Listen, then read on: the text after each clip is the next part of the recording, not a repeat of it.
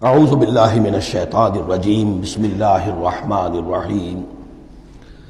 غزوہ بنی نذیر میں جو بھی رول اور کردار تھا یہود کا، پھر ان کا جو انجام ہوا وہ سورہ حشر کی پہلے رکوع میں بیان ہو چکا ہے۔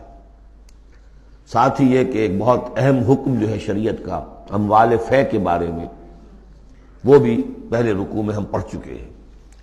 اب اس موقع پر منافقین کا جو کردار سامنے آیا تھا دوسرے رکوع میں اس کے بارے میں گفتگو ہو رہی ہے۔ الم تر الی الذین نافقوا، کیا تم نے دیکھا نہیں ان لوگوں کو کہ جو منافق ہیں، جن کے دلوں میں نفاق نے ڈیرے جما لیے ہیں۔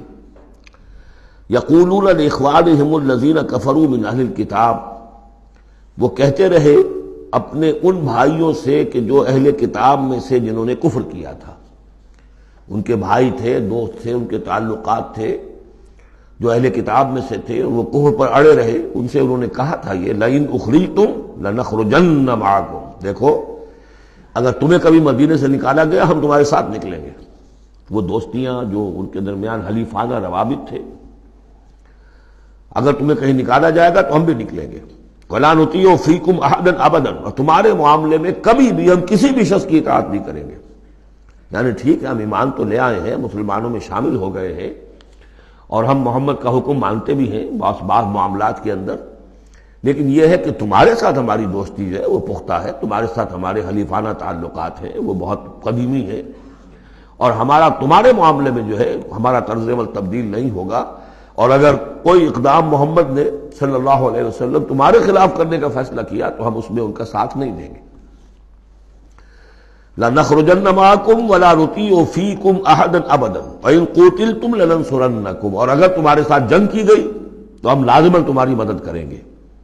وَاللَّهُ يَشْهَدُ إِنَّهُمْ لَكَاذِبُونَ، اور اللہ گواہی دیتا ہے کہ وہ جھوٹ بول رہے تھے۔ لَئِنْ أُخْرِجُوا لَا يَخْرُجُونَ مَعَهُمْ، اگر وہ نکالے جائیں گے وہ ان کے ساتھ نہیں نکلیں گے۔ وَلَئِنْ قُوتِلُوا لَا يَنصُرُونَهُمْ، اور اگر ان سے جنگ کی جائے گی تو وہ ان کی مدد نہیں کریں گے۔ وَلَئِنْ نَصَرُوهُمْ لَيُوَلُّنَّ الْأَدْبَارَ، اور اگر کہیں ان کی مدد کر بیٹھیں گے تو فوراً بھاگیں گے، پیچھے دکھا دیں گے۔ ثُمَّ لَا يُنصَرُونَ، اور پھر ان کی کہیں سے مدد نہیں ہو سکے گی۔ یعنی اگر ان میں جمع مردی ہوتی تو یہ سچے مسلمان ہی کیوں نہ بن گئے ہوتے؟ ایمان لائے تھے، اگر ہمت ہوتی ان میں، کوئی قوت ارادی ان کی صحیح ہوتی، کوئی غیرت اور حمیت ہوتی، کوئی اپنی ہی ذات کی عزت کا کوئی خیال ہوتا، تو یہ ہرچے بعد بعد پھر ایمان لانے کے بعد ان کا طرز عمل جو ہے کیوں نہ وہی ہو جاتا کہ جو اہل ایمان کا تھا۔ بودے ہیں، بودے ہونے کی وجہ سے تو نفاق پیدا ہوا ان میں۔ اب اگر یہ کہتے ہیں کہ ہم تمہاری مدد کریں گے اور لازماً لڑ جائیں گے، ہر ایک سے لڑ جائیں گے، تو یہ سب جھوٹ ہے۔ اول تو یہ کہ اگر یہ نکالے گئے تو وہ ان کے ساتھ نہیں نکلیں گے، ان سے جنگ کی گئی تو ان کا ساتھ نہیں دیں گے، اور اگر کوئی اکا دکا ان میں سے ایسا نکل بھی آیا سر پھرا کہ جو اپنے اس وعدے کو پورا کرنے کے لیے ان کے ساتھ شامل ہو کر جنگ کرے گا، تو پھر یہ کہ جھٹ وہ بھاگ جائے گا، میدان چھوڑ جائے گا، اور یہ کہ پیٹھ دکھا دے گا۔ لَأَنْتُمْ أَشَدُّ رَهْبَةً فِي صُدُورِهِم مِّنَ اللَّهِ، مسلمانوں یقیناً تمہارا ڈر ان کے دلوں میں کہیں زیادہ ہے بنسبت اللہ کے ڈر کے۔ یہ اللہ سے اتنا نہیں ڈرتے جتنے کہ تم سے ڈرتے ہیں۔ ذَلِكَ بِأَنَّهُمْ قَوْمٌ لَا يَفْقَهُونَ، اور یہ اس لیے ہے کہ انہیں اصل سمجھ حاصل نہیں۔ اصل سمجھ حاصل ہو تو ایمان حاصل ہو جائے، علم حقیقی حاصل ہو جائے، پھر آدمی جان لے کہ اصل زندگی تو آخرت کی زندگی ہے، دنیا کی زندگی تو کھیل کود اور تماشا ہے، اس کے سوا کچھ نہیں۔ لا يقاتلونکم جمیعا، یہ کبھی بھی جنگ نہیں کریں گے تمہارے خلاف مل کر، الا فی قرى محصنۃ، مگر یہ کہ کہیں ایسی بستیوں میں کہ جن کو پوری طرح فورٹیفائیڈ ہوں، جن کی کہ فصیلیں کھڑی ہوں، مضبوط ہوں، ان کے اندر سے ہو کر جنگ کریں گے۔ او من وراء جدر، یا دیواروں کے پیچھے سے۔ باسہم بینہم شدید، ان کے آپس کے جھگڑے جو ہے وہ بہت سخت ہے۔ اگر تو خلوص اور اخلاص کسی میں شخص کے اندر ہو تو اللہ کے ساتھ مخلص کیوں نہ ہو جائے گا، اللہ کے رسول کے ساتھ کیوں نہ مخلص ہو جائے گا۔ ظاہر بات ہے کہ بزدلی اور خود غرضی یہ دو چیزیں ہیں کہ جو در حقیقت ان کے مزاج کا جزو لا ینفک ہے، اور وہی تو اصل سبب ہے ان کے نفاق کا۔ تو یہ کسی اور کے ساتھ کیسے مخلص ہو جائیں گے؟ تحسبهم جميعا وقلوبهم شتى، تم سمجھتے ہو کہ یہ یکجا ہیں، اکٹھے ہیں، ان کا متحدہ محاذ ہے، جبکہ دل کے دل پھٹے ہوئے۔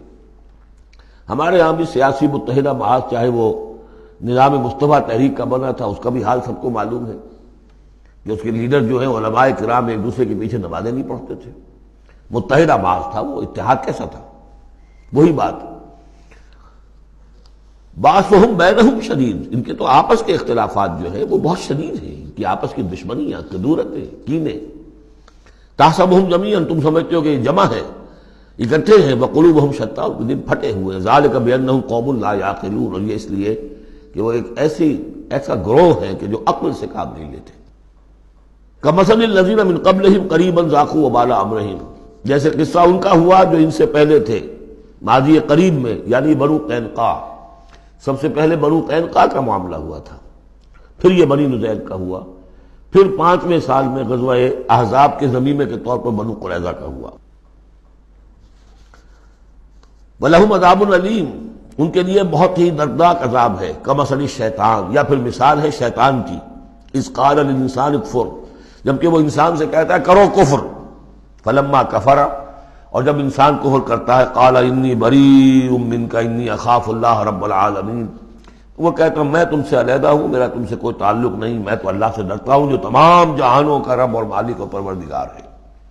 فکان عاقبتہما انہما فی النار خالدین فیہا، تو ان دونوں کی عاقبت یہ ہے کہ وہ شیطان بھی اور وہ انسان بھی، دونوں کی عاقبت یہ ہے کہ وہ رہیں گے آگ میں اور ہمیشہ ہمیشہ رہیں گے۔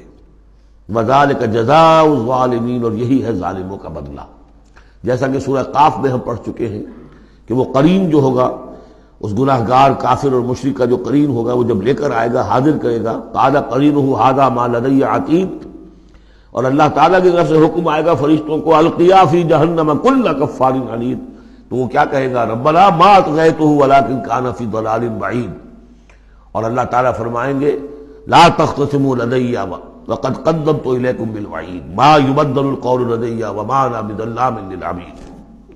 صدق اللہ العظیم۔